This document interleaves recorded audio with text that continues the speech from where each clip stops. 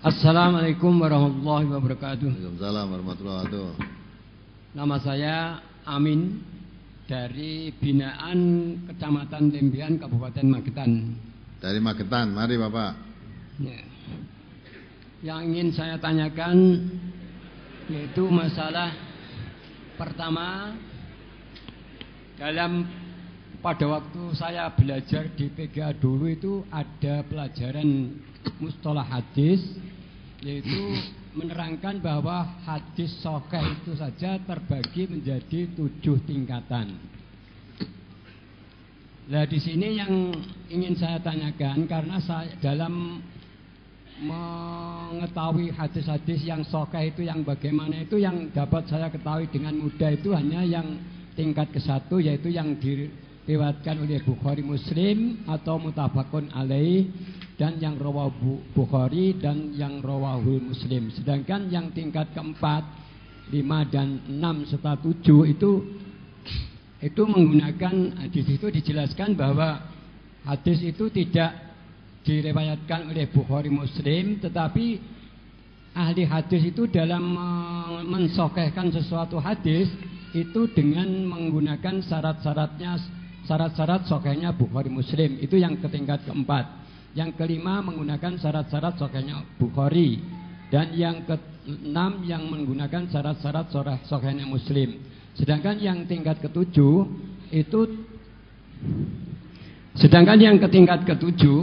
itu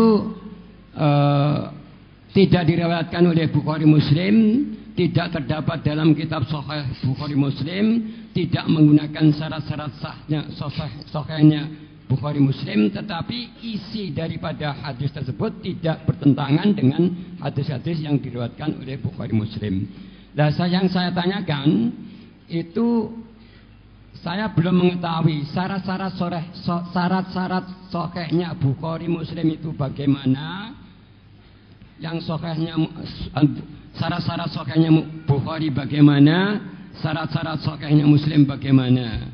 Nah, ini yang pertama. Yang kedua, siapa saja ahli-ahli hadis yang menggunakan syarat-syarat sahihnya Bukhari, syarat-syarat sahihnya Muslim, dan syarat-syarat sahihnya Bukhari Muslim. Itu yang pertama yang saya tanyakan, masalah itu. Yang kedua, ini tadi malam ini saya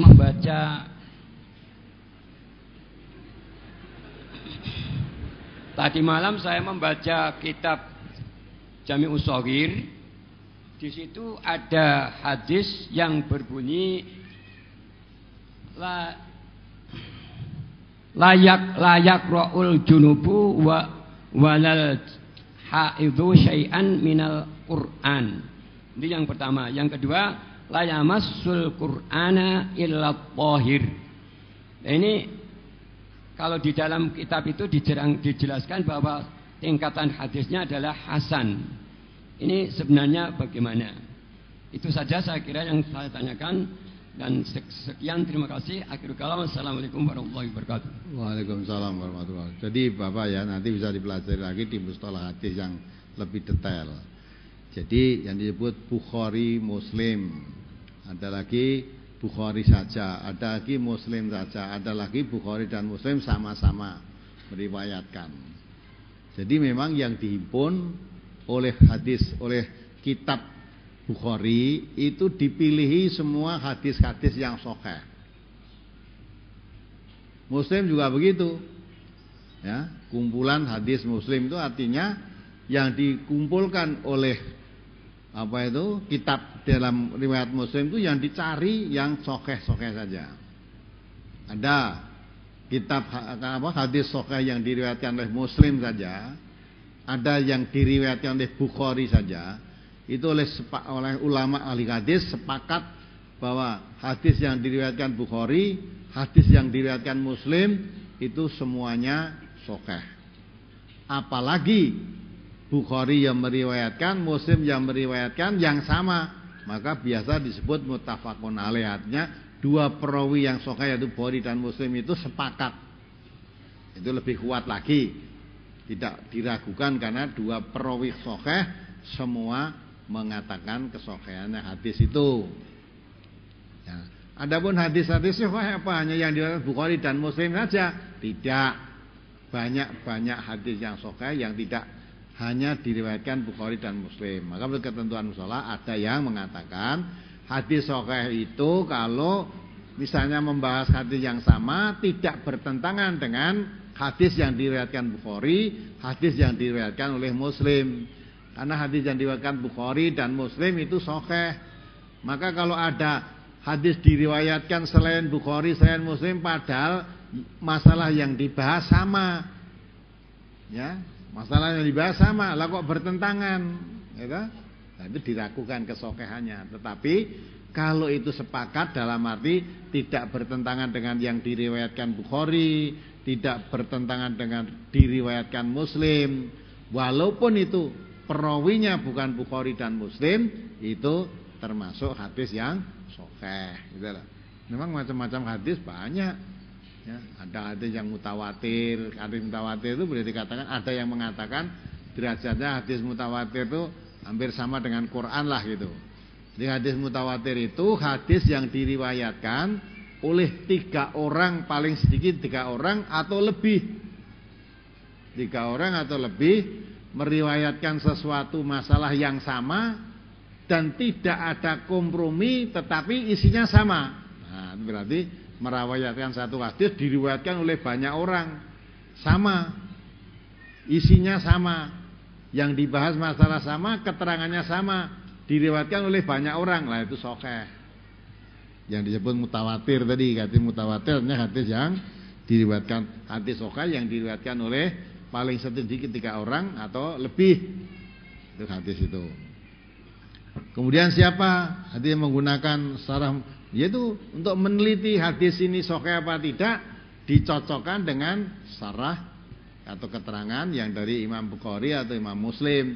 Kalau itu cocok, tidak diragukan kebenarannya. Itu sudah menjadi kesepakatan ahli hadis bahwa hadis yang sahih itu tadi selain Bukhari, Muslim dan yang lain syaratnya tidak bertentangan dengan hadis sahih yang diriwayatkan oleh Bukhari dan Muslim.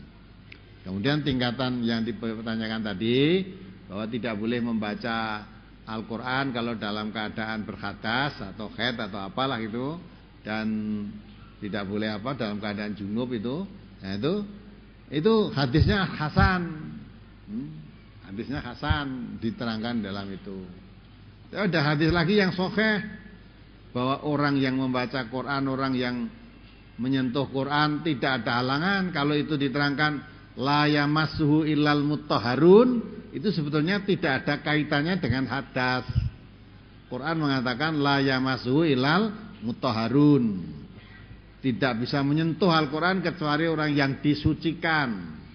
Karena pada zaman itu ada yang menuduh bahwa Quran itu adalah pembawanya kepada Nabi Muhammad itu setan, ya, setan.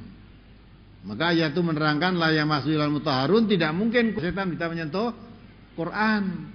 Yang bisa menyentuh Quran itu yang disucikan oleh Allah, yaitu maksudnya Jibril. Jadi yang menyampaikan wahyu kepada Nabi Muhammad adalah malaikat Jibril, bukan setan. Kalau setan nggak mungkin bisa menyentuh. Itu maksudnya begitu. Jadi tidak ada hubungannya dengan hadas itu. La yamassuhu illal mutahharun, bukan kok tidak boleh megang Quran ini kecuali orang yang suci. Padahal Quran yang sesungguhnya mana? Ini bukan Quran gitu. Itu mushaf yang bapak-bapak pegang itu bukan Quran yang sesungguhnya.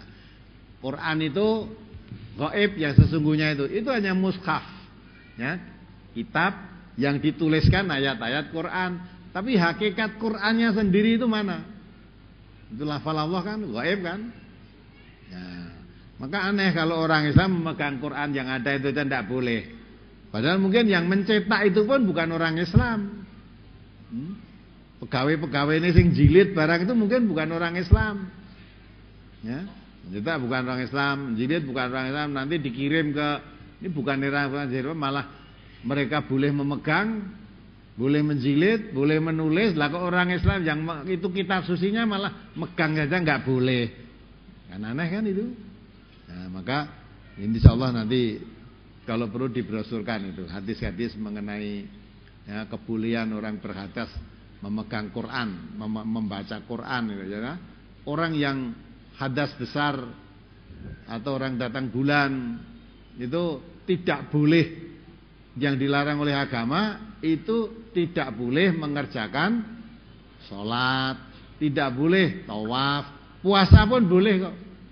Ya, orang junub malam hari kumpul suami istri, adzan subuh itu bulan Ramadan, belum mandi itu terus puasa boleh. Nah, puasa boleh. Nah, padahal belum mandi. Ya, mandi itu bukan untuk puasa.